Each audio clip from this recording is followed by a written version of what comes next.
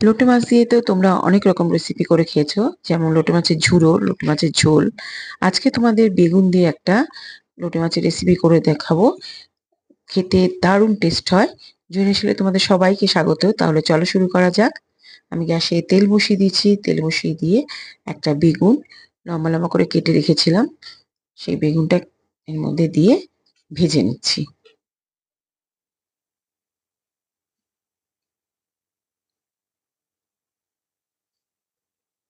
বেগুনটা ভাজা হয়ে গেছে, এবার তুলে রাখবো।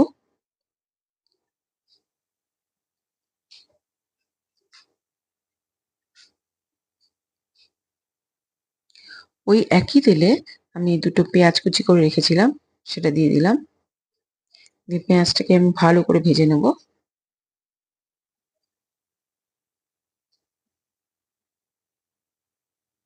পেঁয়াজটা ভাজা হয়ে গেছে। এবার এর মধ্যে আমি দিয়ে দিচ্ছি ৮-১০ কোয়া রসুন পেস্ট করে রেখেছিলাম, সেটা দিয়ে দিলাম। রসুনটা দেওয়া হয়ে গেলে আবার একটু ভালো করে নেড়ে নেব পেঁয়াজের সাথে। এবার দিয়ে দিলাম আমি হলুদ গুঁড়ো, শুকনো লঙ্কার গুঁড়ো ১ চামচ আর স্বাদ মতো নুন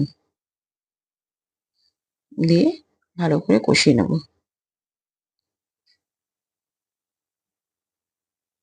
আর দিয়ে দিচ্ছি কটা গোটা কাঁচা লঙ্কা।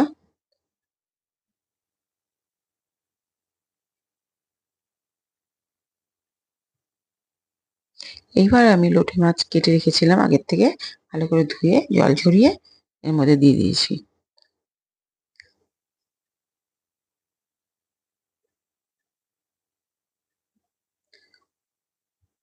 ভালো করে নাড়বো। একটু নরম হয়ে গেলে আমি খুন্তি দিয়ে ভালো করে ভেঙে দিলাম মাছগুলো। অনেকটা দেখো জল বেরিয়ে এসছে।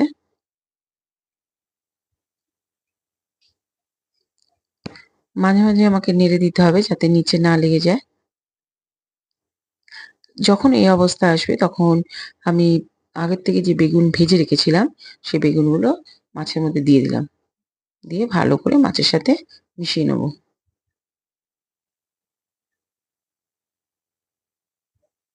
আমি লোটে মাছটা একটু রসা রসা লিখে রেখেছি, আর শুকাবো না।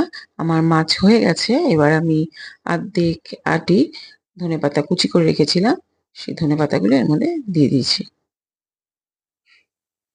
দিয়ে ভালো করে মিশিয়ে নেব। আমার লোটে মাছের রেসিপি কমপ্লিট। তোমরা অবশ্যই এটা বাড়িতে বানিয়ে খেও। খেতে ভীষণ ভালো হয়, খুব টেস্টি হয়।